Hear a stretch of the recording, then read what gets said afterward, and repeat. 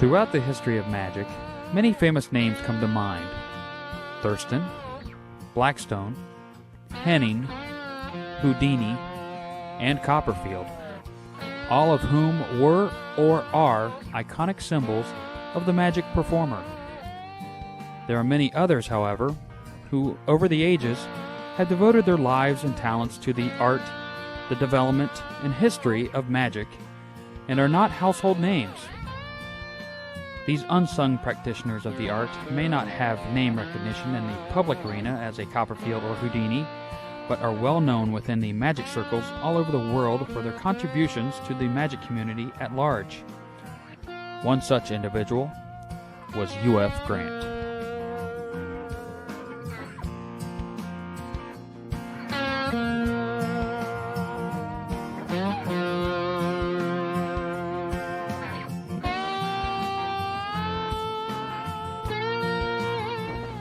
Under here, throw the soap down, take hold of soap only, come up, hold there, and shoot it up.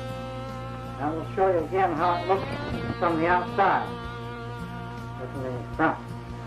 Over here, up like that, take a hold there, snap your fingers, and she comes through.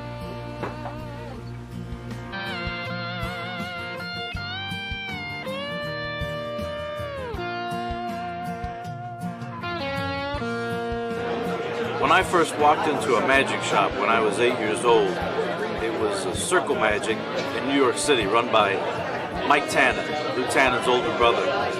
And the thing I remember most are the interesting tubes and boxes that were on the shelves and in the showcase. These are the things which seem to hold the most mysterious allure for me. And of course all of these items were made by U.F. Grant. Born Ulysses Frederick Simpson Grant, the youngest of 9 children, in a small town in upstate New York, January 12, 1901. U.F. Grant would become one of the greatest minds in modern-day magic. As the great-great-grandson of Civil War General and 18th President of the United States of America, Ulysses S. Grant, young U.F. Grant was nicknamed Jen by his friends and family, a moniker that stayed with him throughout his entire business and private life. In 1901, Harry F. Grant, his wife Mary, and their children lived on Central Street in Pittsfield, Massachusetts. Harry Grant passed away before he would see the birth of his last son. After Ulysses was born, his mother Mary, who in order to support her family, worked out of the family home as a telegraph operator for the phone company. He was the youngest of 9 children. He was obviously the baby. They're both boys and girls. His original father died, Grant. His mother remarried a fellow by the name of Mr. Walsh. Although Jen Grant would become one, if not the most prolific creator and innovator of magical effects and apparatus, Grant never went to college and in fact only completed 6 years of formal schooling. With an ailing sister, Grant found that he had to leave school to support his family. Well, his first foray into it would be Mr. Walsh took him to a circus. Mr. Walsh was instrumental in introducing Jen to the world of magic. He took the family to a circus that had come to town. As a special treat, Jen and Mr. Walsh ate dinner with the performers. He saw a magician, traveling magician, and he was too shy. He was 10 years old, kid born in 1901, that would be 1910. So you didn't go up to magicians and say, "Hey man, what's going on?" When a magician came to Pittsfield, young Ulysses was so captivated that he followed the magician the entire day. Spending the day with the magician was all the boy needed, and he became hooked on the idea of magic and set out to learn all he could. And he just picked up little tricks here and there. he knew that there were magicians and there were real people doing it. Jen had ordered magic from a shop in New York called the Castle of Magic, and on an early trip to the city, he went looking for the Castle of Magic, expecting to find an actual castle on a hill full of magic, and finding instead a small shop on a second floor of a building on a crowded street. When he was still learning about magic, learning what it was, he had gotten a catalog from a place called like the Castle of Magic. Mm-hmm. And where was this? It was in New York. And his mother gave him a little money. He had saved up a little money and was able to get a bus to New York. And Jen fully expected to be standing at the end of the bus trip down at the bottom of a little hill, shall we say, and he'd just look up there, and on the top of the hill was the Castle of Magic. During post-World War I, while America was in the throes of a major recession, the worst of which was during 1921, Jen's family moved to a house on Glenwood Avenue.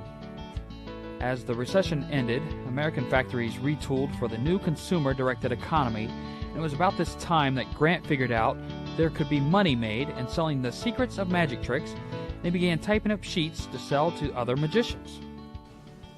Well, I think at heart he was probably already all the time interested in, already in the magic business. Mm-hmm.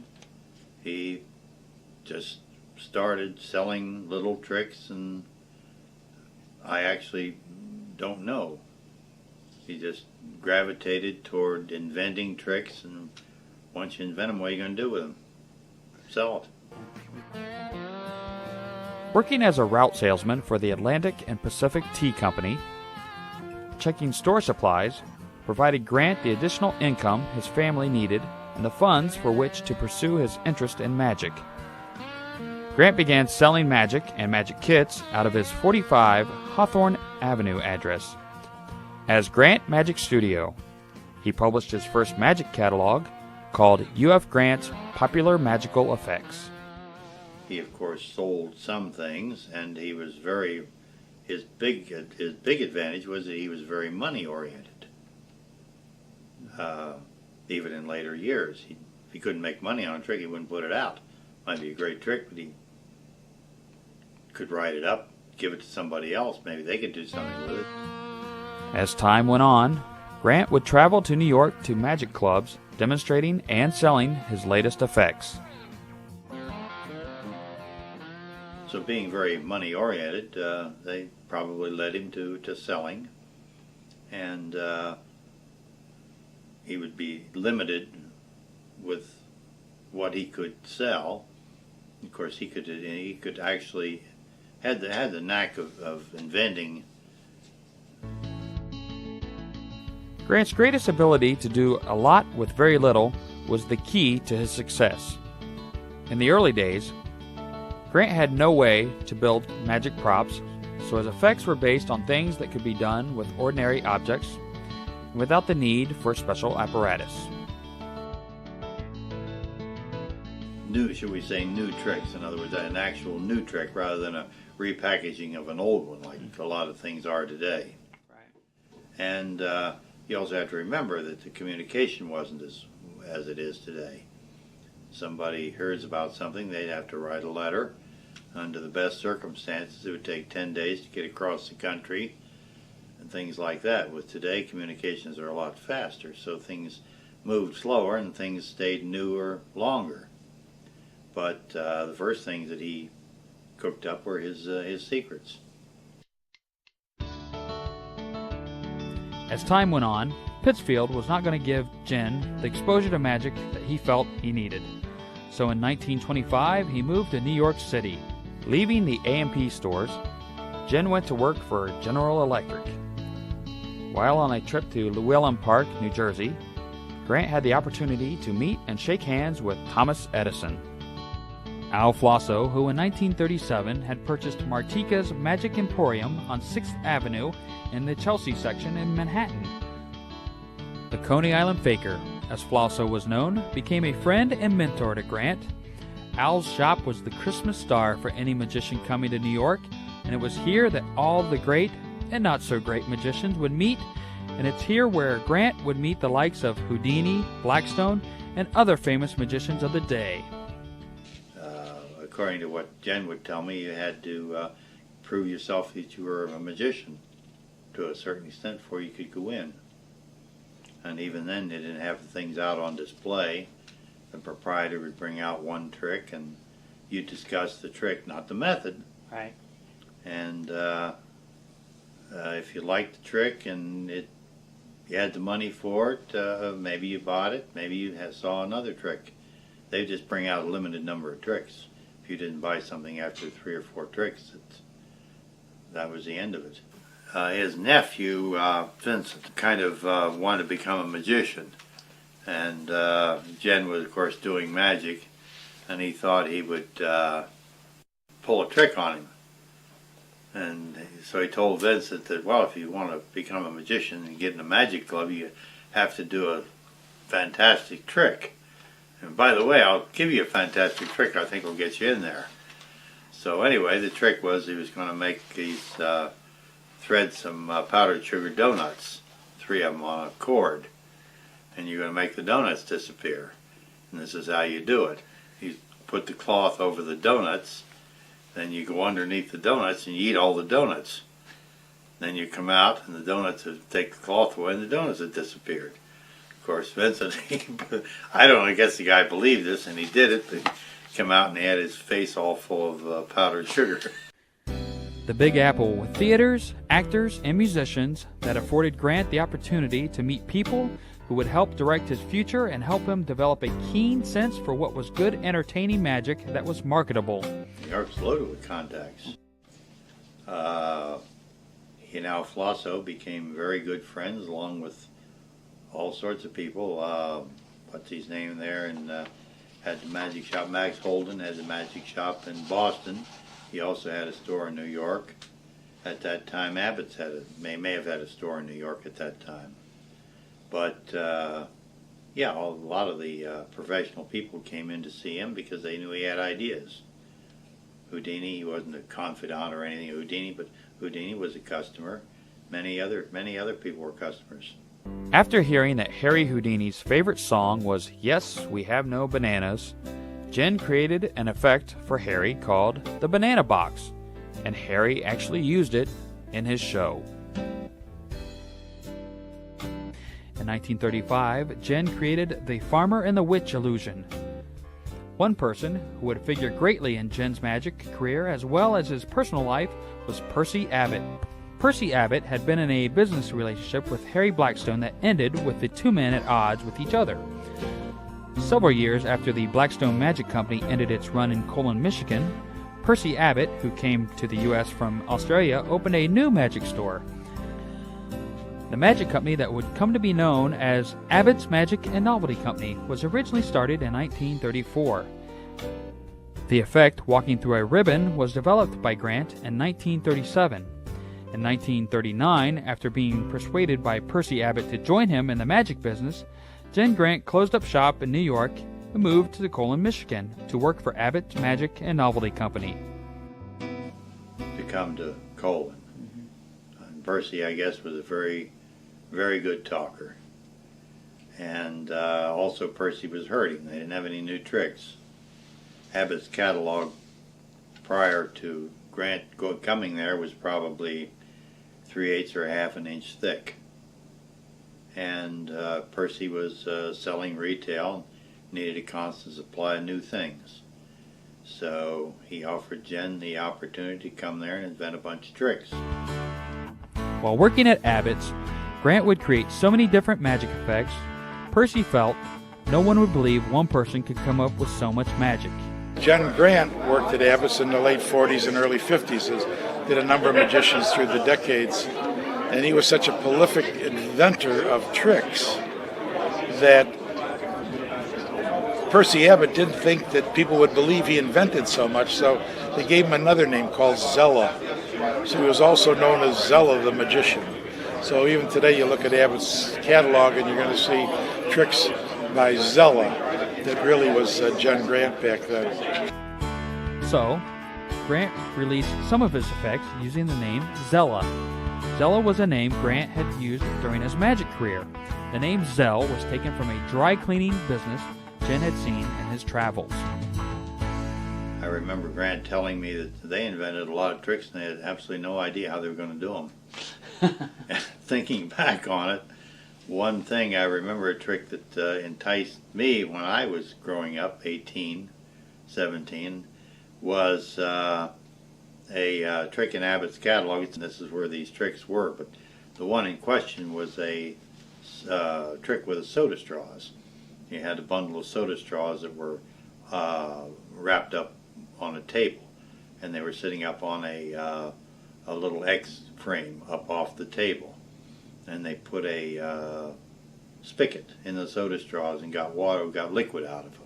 Something like that. It's in the catalog. Been a long time since I've seen it, but they had no idea how they were going to do that. They had a lot of things, and if they figured if somebody buyed one, they'd figure out a method. Well, sure. My dad was Abbott's Magic with Percy Abbott, and U.F. Grant had lived in Colon and worked there. He wrote a number of books and a number of articles for their Tops magazine, and he was so prolific in his inventions. My dad would talk about him going into like a Woolworths or something and coming out with a magic act in one bag. And I said, well, what do you mean a magic act?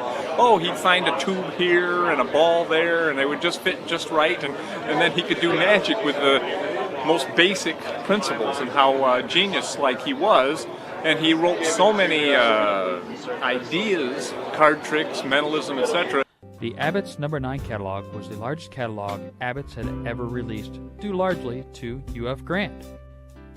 In 1939, while Jen was working at Abbott's, he was sitting in a local restaurant when a young woman on vacation caught his eye.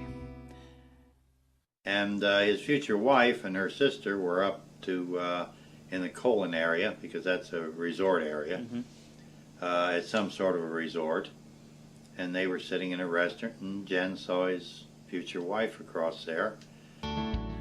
Ulysses Frederick Grant and Dolores Barr were married in 1941. After Dolores became pregnant, Jen asked Percy for a raise in pay. Percy was not able to give Grant what he needed, so the couple packed up and moved to Columbus, Ohio. And Grant got disenchanted with Abbott's because for some reason or another, I don't know the full story, but Percy decided he didn't want to pay Grant anymore. Yeah. And either that or Grant wanted more of a financial remuneration and couldn't, and Grant pretended just to dry up his ideas. Okay. But he didn't. His ideas weren't dried up. He was just writing them down. And at some point, he and Percy Abbott had a parting of the ways. Grant was about finished with Abbott's, so he moved to Columbus. Grant packed up and with his new bride moved to Columbus, Ohio, and into his in-laws, where he worked out of their basement. The train ride from Michigan to Columbus was crowded with U.S. troops returning home. When he married Dolores, and they were married, and Grant started a business, and they lived at her father's. His business was in the basement with the wet laundry hanging around there. He was typing up manuscripts on typewriter. They came to Columbus. Jen didn't have any baggage like toolboxes or important papers or documents and things like that with him. And Dolores' father was a plumber and got along well with Jen. Her mother, on the other hand, had little use for her daughter's choice of husband and would refer to him as useless F. Grant. Here he is sitting down in the basement typing on a typewriter, but that proved to be everybody's undoing. Wasn't a bit useless. After moving to Columbus, Jen met Sylvester Riley, who would become the founder of the Magi Fest. Syl lent Grant the use of his typewriter. It wasn't long, however, that Jen Grant's magic business began to provide enough income that he and Dolores were able to move out of the bar's home and into a home of their own. His first operation after the basement with the laundry was they had bought a house, he and his wife, and by that time Mary Ann was born. The house was perfect because in the back of the house was a garage. Now, Jen never had any idea who owned the house prior to that. The 140 Columbia Avenue house was ideal for Jen's growing magic business. The detached garage came with cubby holes built into the three sides of the interior, which could hold the various magic tricks he developed and sold.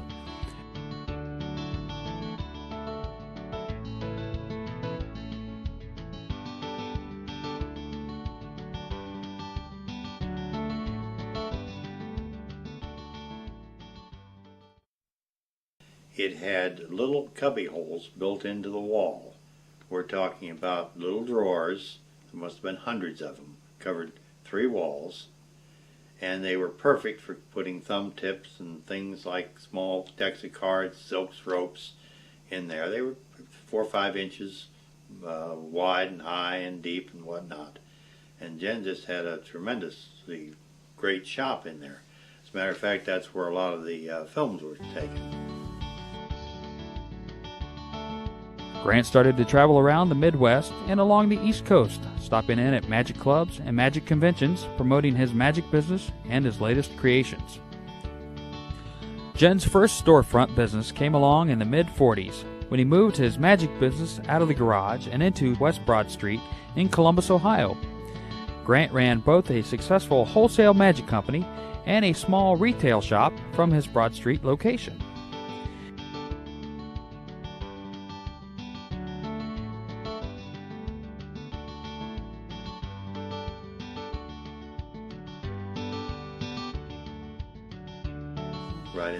Right in that garage. That was his first store. The second store was 2500 West Broad. There's a story about Jen Grant in his store, in his magic shop in Chicago that I'd heard many years ago. I'm sure this has been around forever. He had just opened up a shipment of flash paper, and he had laid the sheets of flash paper over the counter. And Dorney came in, smoking a cigar. And Jen said, "Dorney, watch out for that cigar. There's flash paper there." And Dorney dropped an ash on the flash paper. The whole thing went, whoom, almost set the store on fire. And he said, "What flash paper?" 1944 saw the beginning of a very productive period for Jen. R.N. Mengi wrote a letter to Grant suggesting that they could work together producing magic. At Jen's request, Norman left Arkansas and moved to Columbus. Mengi, who performed as Norman the Wizard, was very creative. He worked in wood and could build anything Jen could conceive. At one time he had a fellow named Norman Mengi working kind of for/with him. But it wasn't actually a partnership.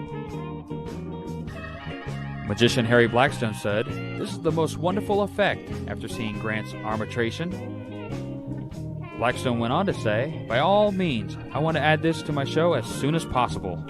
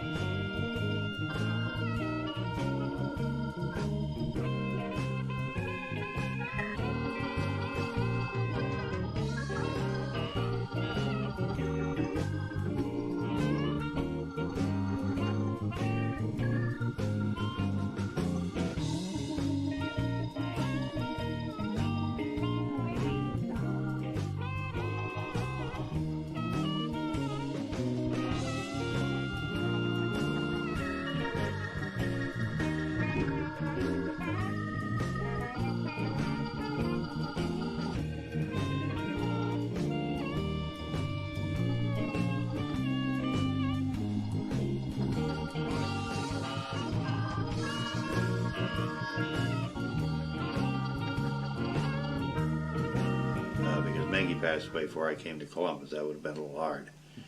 But in Jen's words, the guy could do anything. First of all, a sign painter, to Jen's way of thinking, is kind of a jack of all trades, because not only you paint the sign, you have to cut the wood, you got to mix the paint, you got to put the sign up, and so forth.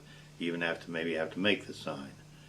And they just decided to get together, and Jen had his store, either probably, I don't know if he still had it at 2500 or he was on Broad Street by that time. I don't recall offhand. But Mengy was going to come to Columbus. Jen told me, he says, well, I'll come down and meet you at the bus station, but how will I recognize you? And Mengy says, oh, you'll know me all right. So Jen goes down to the bus station, and this guy gets off the bus, and he's got a great big cardboard suitcase that says Norman the Wizard. That kind of answered that question. The Inner Circle magazine, Grant's Bulletin, was one of Grant's widely distributed publications that reported on some of the magic happenings and stories related to well-known magicians and their thoughts on Grant's latest items. These booklets were also used as the sales tool promoting the latest, greatest effects and magic props offered by Grant and Mengy. The two also published the G&M Magic course. He'd start publishing something, put a couple of issues out, and then that was the end of that, then publish something different. And I'd say that Columbus alone, he probably had 3 or 4 different ones. He had the Inner Circle magazine, which is the most substantial. But they were all sales brochures with a few little tricks, because that was the name of the game. As World War II was being waged in Europe and the Pacific, Grant and Mengy's business prospered. During this time, Grant released the Victory Carton Illusion. R.N. Mengy and Jen made a great team. They both were extremely creative and together created a great body of magic that were sold under the name G&M Magic. This was a very prolific time for Grant, as he and Norman created a large number of effects and apparatus, including the G&M suspension, the G&M handkerchief frame, and Mengy's repeat die box.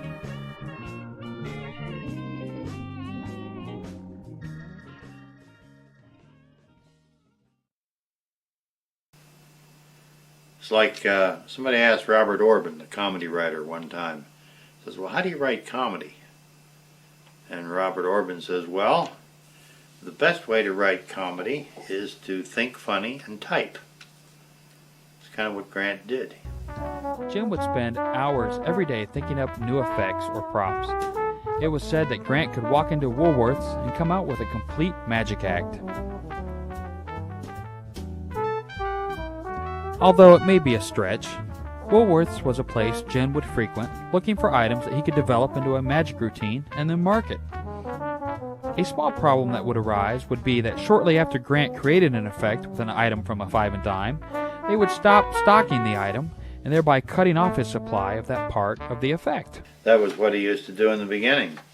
And then the problem with that was he'd get a trick selling, and then the damn 5 and dime store wouldn't stock the prop anymore. He was sunk. Yes, absolutely, you could do that. Well, not go in there and get a full act, but he used to buy all of his basic supplies.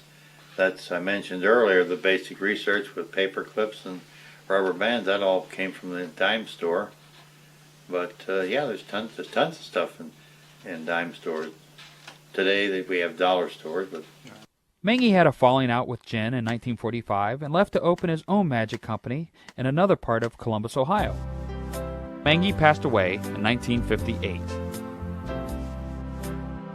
Jen performed the broken wand ceremony at the gravesite. Coming up with an effect is actually the hardest thing to do. Once you have the effect, you have the scenario. Figuring out how to do it is not a problem. I met him in his shop behind his house in a garage. That's where he did business. That was his only shop he had.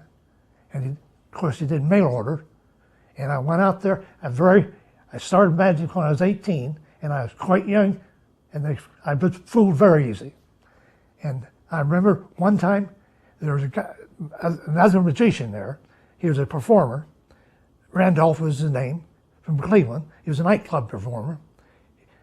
And Jen said, "I'm going to show you a new trick, Randolph." And he pulled his handkerchief out. He was very immaculate dresser. And he said, and Jen smoked cigars. And he says, "This is a new cigar through a handkerchief, no thumb tips." And he pushed it through. What do you think of that? Then he took his tank and stuck it back in his pocket. And then he finally went back and showed him. He burned it through.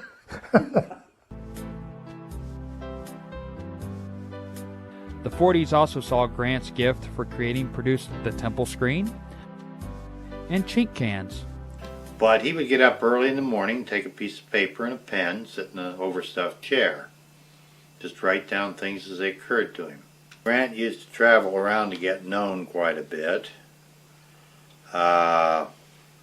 He went from Ohio to a convention in New York. That was an expensive thing. He used to travel around a good bit to get known. In the 50s, while on one of his many road trips, Jen had the occasion to meet William Vagel, known to many as Mystic Craig, a one-time vaudeville performer. Vagel became a chronicler of magic during the late 50s and 60s.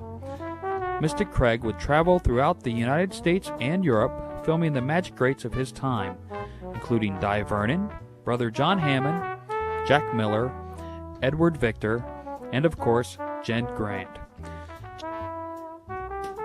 Jen was immediately attracted to the idea of filming a lecture and making the moving picture lectures available to magic clubs around the country.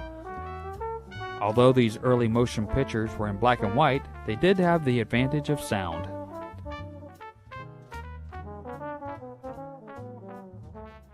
In place of silk lollipops, candy kisses, or silk stockings, or anything like that you'd like to produce.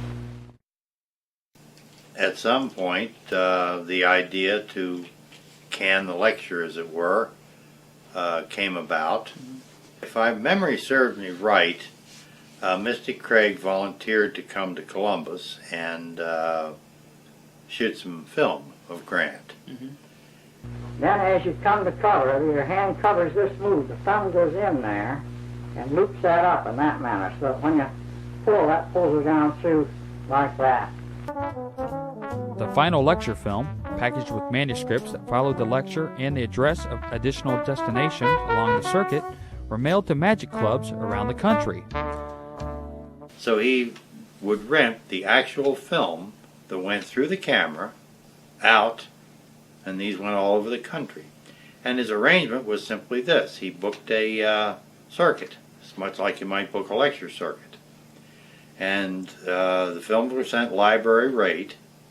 They might start in Columbus, Ohio, and then they end up at some city, library rate. Then that city would turn around and send it to another city, and another city would send it around, send it to another city, and it would just make a round robin. And he may only see the films maybe once every 6 months. But he also supplied manuscripts to the people. And these were refresher notes. In some cases, he had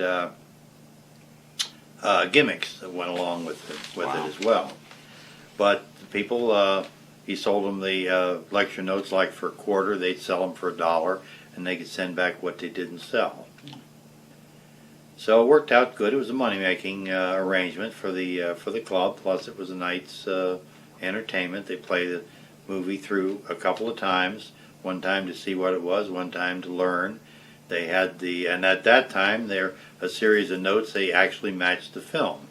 When you find the Grant series of notes now, they won't match the films because I had to re-edit the films after I came to Columbus and chop out all of these bad spots and so on and so forth. The films that were sent out were not duplicates, but rather the original films.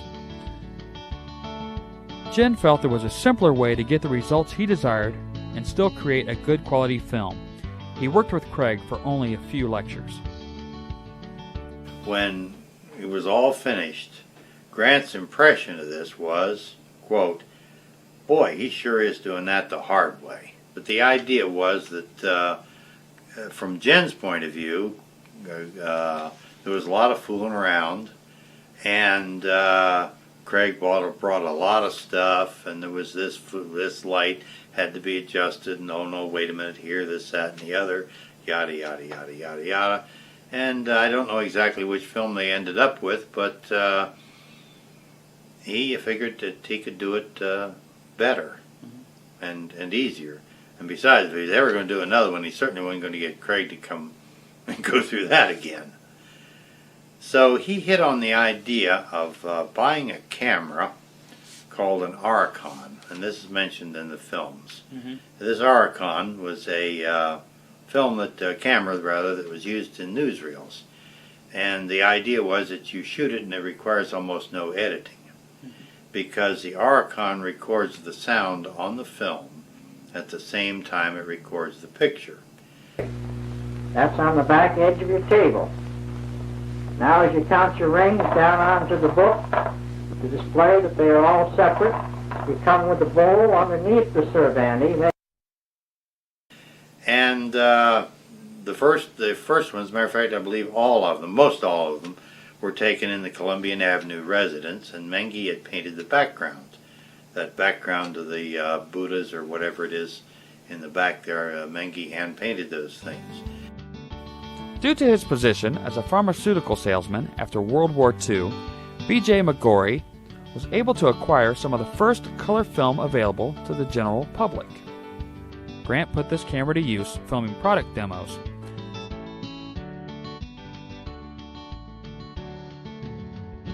Well, other films prior to that were made. The Magic demo films were made in color. This had nothing to do with, this was also in Columbian Avenue, but this was done in in his living room. Had nothing to do with Mr. Craig. A fellow that was a salesman. He got around quite a bit, and he was able to get the best and the latest stuff because he got around and knew a lot of people. His name was B.J. McGorry, and Mac was a salesman that sold to pharmacies. And the bottom line was that right after World War II, color film became available to people, and Mac, going around all these different places, could get a hold of it a lot of times before the regular market did. This was done with a wind-up camera on a tripod with no sound in Jen's living room, and they demonstrated one effect right after the other. And with no sound, Mac could edit these to a certain extent, and he put some titles in and so forth. Later on we added a little bit better titles, but that was the first thing. And those were sent around to Magic Clubs to generate interest, and apparently they did, because they went ahead and they did the others. In the 50s, when his landlord sold the building that housed the Grant Magic Company, Jen moved to the basement of his home on South Roy's Avenue. Don Tanner was one of the best connections Jen made while in Columbus. Don held an upper management position with Ohio Bell and was extremely organized.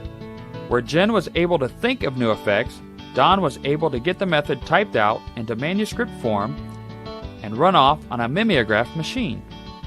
This relationship was ideal for Grant, as he could spend his time developing new tricks and leave the detail work to Don. Don Tanner, a friend, magician, and employee of AT&T, worked closely with Jen Grant, editing and running mimeograph copies of Grant's magic effects. Don Tanner was an individual that Jen kind of met up with, and they kind of collaborated. Don was newly out of the Army, just been discharged from World War II, and he was in the military a PBX operator. So he had communication skills. He went to work for Ohio Bell, the phone company. Don was a magician, and they apparently made an arrangement that Don would type up a lot of manuscripts, and he would edit a lot of manuscripts for Jen. And Jen was strictly a hunt and peck typist, and his spelling was get his idea across. But of course Don says, "Oh, no, you have to have this edited. I'll edit this for you," and so forth. And So Don did, and put the tagline of "Edited by Don Tanner" on it. But Don did a lot of good work. He would also come out to the store when first store that Jen had in Columbus was 2500 West Broad Street, and he sold retail out of that store as well as wholesale. Well, I'm getting ahead of myself. But anyway, Don would come out and run the mimeograph machines on the weekends, and Don could print enough on Saturday to last him. But I'd say Don was probably the most productive relationship. Mm-hmm. See, another thing, I'll just digress here for a minute, but when Don Tanner would do the catalogs, and they send them off to the printer, well, the printer would never send the originals back, and Jen wouldn't bug the printer. And that used to drive Don up the wall because he had the originals to the catalog were lost. You're going to need them next year. As far as Jen was concerned, I got my catalog. What's the problem?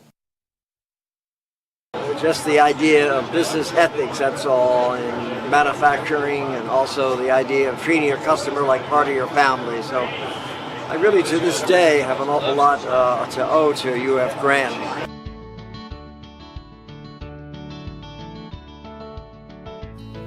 Another important relationship Grant had fostered after the loss of Mengi was with Scott O'Neill. The relationship with Scott O'Neill was a huge turning point for the Grant Magic Company because Scott was a master at building magic props and along with his sons could produce props at a staggering rate. This opened up the apparatus market for Grant.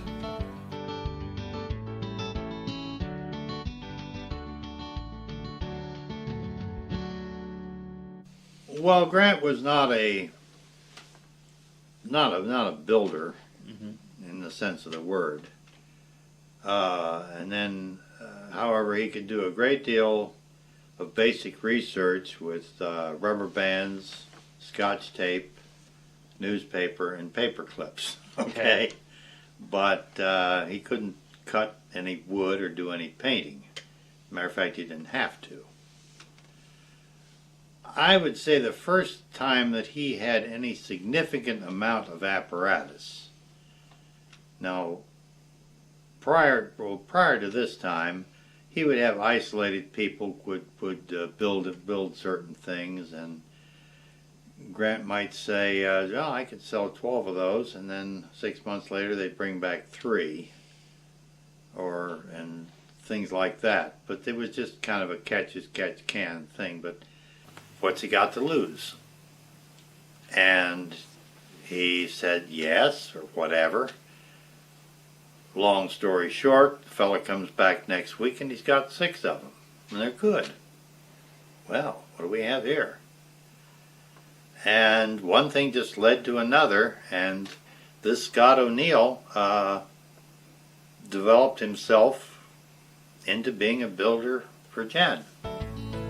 Ed Michel would create the artwork for Jen's new magic.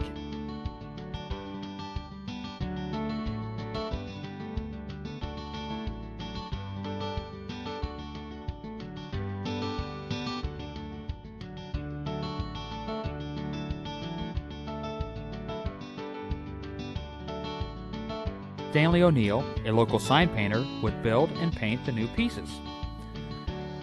Scott established a little place up in the community just in the northern part of the city of Columbus, and he got his son and his 2 grandchildren eventually into the business, such as it was, because they didn't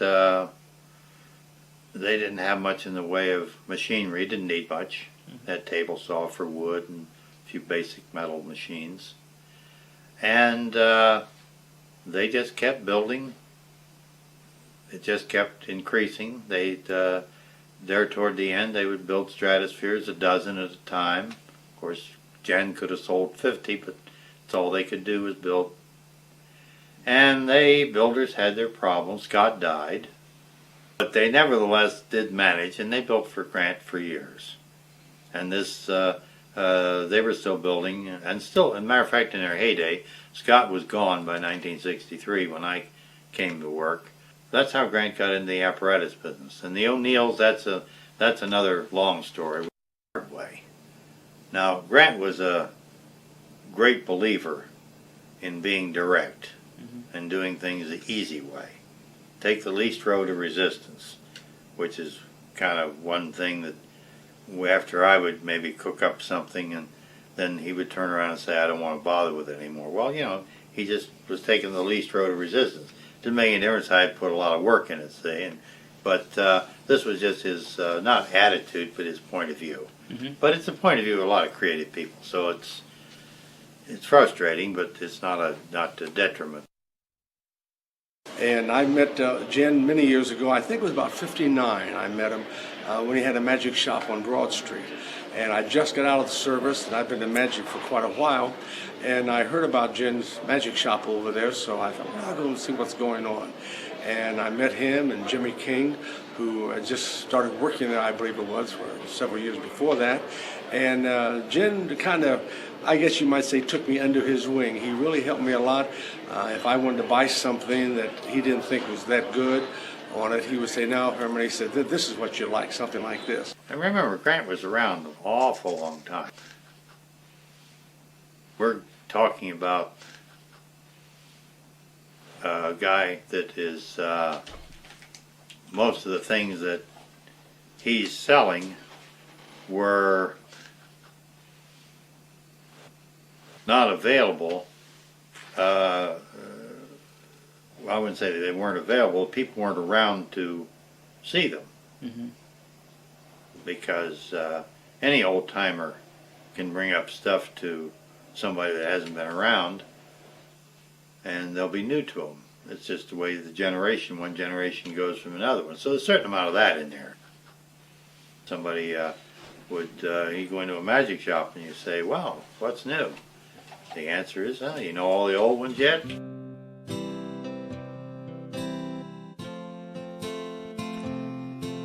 In Columbus, Ohio, home of the Magi Fest, Jim was a prominent figure, mixing with the well-known names of the magic community, as well as younger guys just entering the world of magic. Grant was a gracious teacher to the hobbyists and shared his magic with them whenever they asked.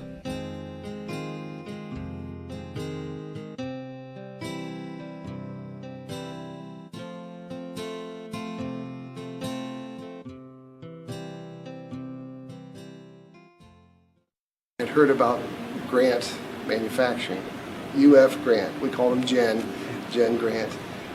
And it was like some person that you just had to know about Jen Grant.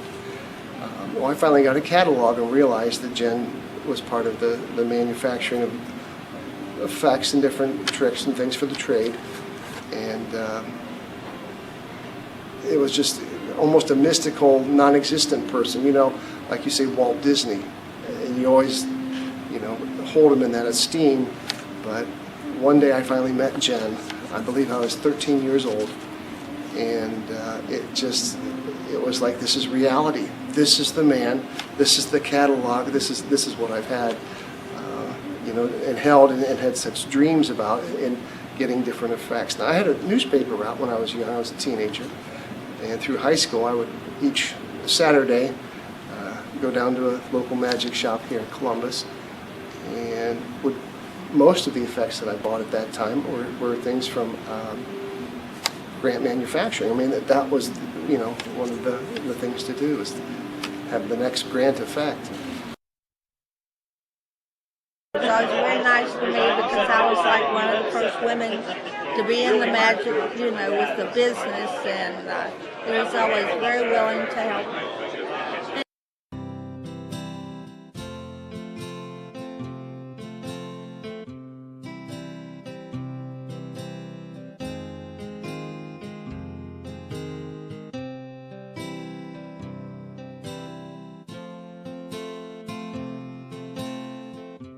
Magician of the Year of the Magi Fest, and I'd say he's better off the way he was because everybody knew about him, you know.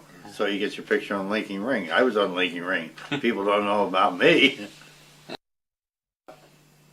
He displayed at the Magi Fest back when it was at the Neal House. Then he got to the point where he didn't display anywhere.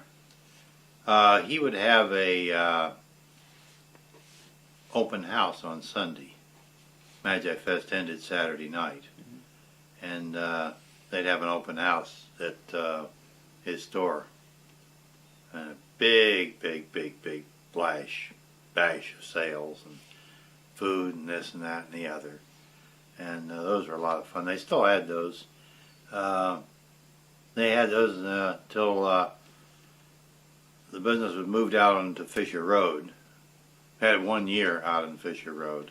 And I knew him at the Neal House. That's where they used to have the Magi Fest during the 50s and 60s. And I went there in 1958 was my first convention at the Neal House, and I remember him very well. One of his first tricks, I have an example here, was a coin vanish, where he would take it was like a miniature clear-through or see-through Okijo box. And he would take a coin and place it inside the box, and he would cover it with a handkerchief, and underhand he would take a lid.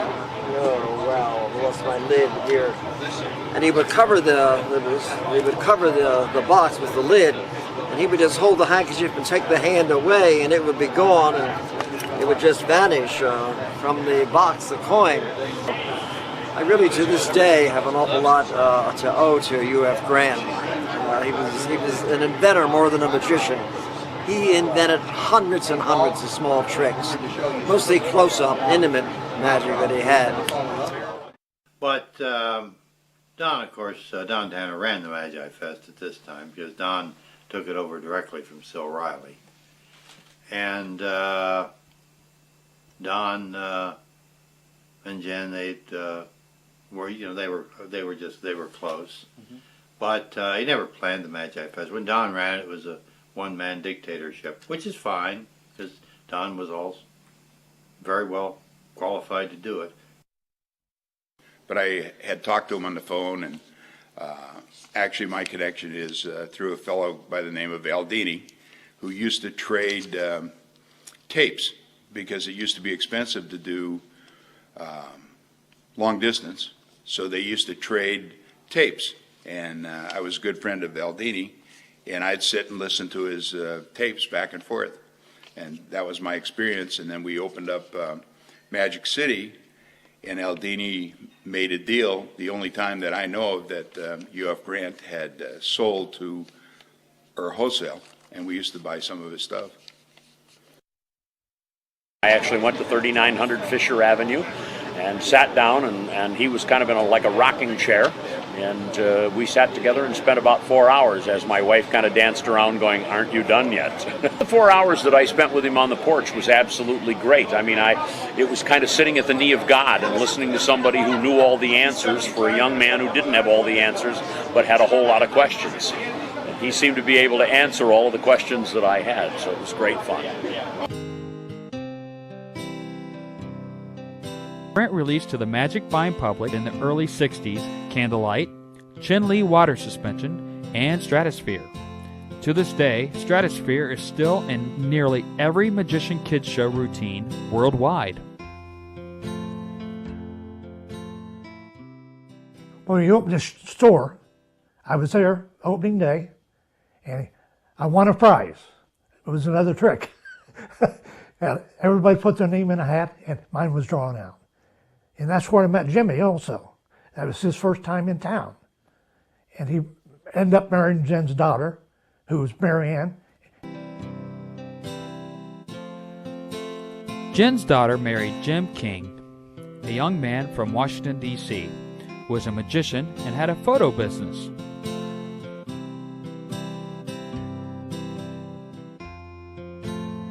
Anyway, we ended up over to Columbus, and we went to the Magi Fest, and I met Mary Ann there. Oh. And I just, "Hello, how are you?" "Oh, you're Grant's daughter." I say, "All right." And there. And I didn't date her for a year. I went back to Washington. One day I just decided to call her up and say how it's like to be on a date. In 1963, Jim moved to Columbus and married Mary Ann and began to work for his father-in-law. But I would drive over here and borrow Jen's car, take Mary Ann out and just do the usual taking girl out stuff. Yeah. And finally I asked her to marry me in December of 63, and we were married in April 64. Jim had taken over the manufacturing operation from Grant's previous prop builder, Stanley O'Neill, and his son. So I came and worked for Jen, gave the business up, sold my interest in such as it was in the business, and started working for Jen at 2776 West Broad, which was the second store in Columbus.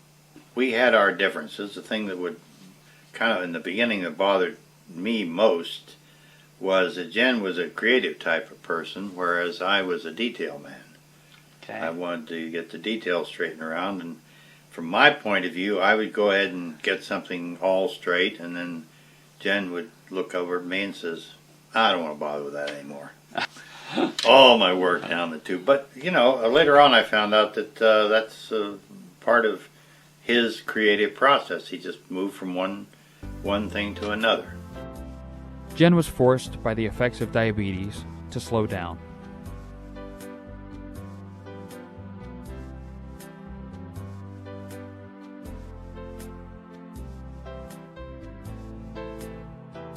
Jen in later years had diabetes, and he would have to get up early in the morning, and his energy would be limited. By 2 o'clock he was just maxed out. Matter of fact, a lot of times he was home by 2 o'clock.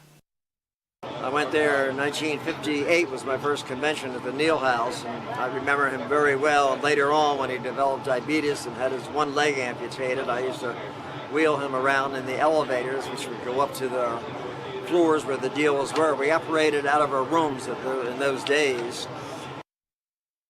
When he was getting older, we revered him so much that I remember at the Masonic Temple, we used to have our evening show at the Masonic Temple downtown on 3rd, and it was so hard for him to get up to the 3rd floor because there's no elevator. So people would actually physically help him get up there, and then he would sit. Don would make sure that he had a good seat down front, and people would, in hushed tones almost, would say, "It's Jen Grant, it's Jen Grant, it's Jen Grant." So it was a warm remembrance of him while he was still living.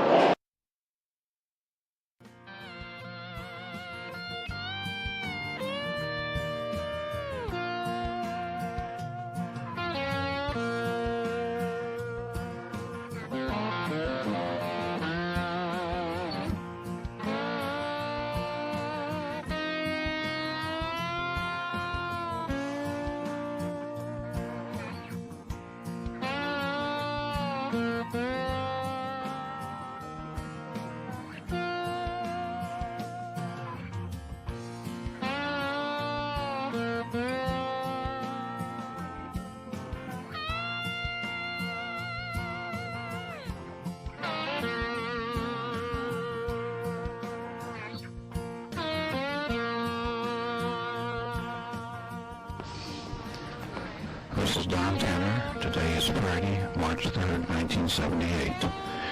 U.F. Grant passed away 2 days ago.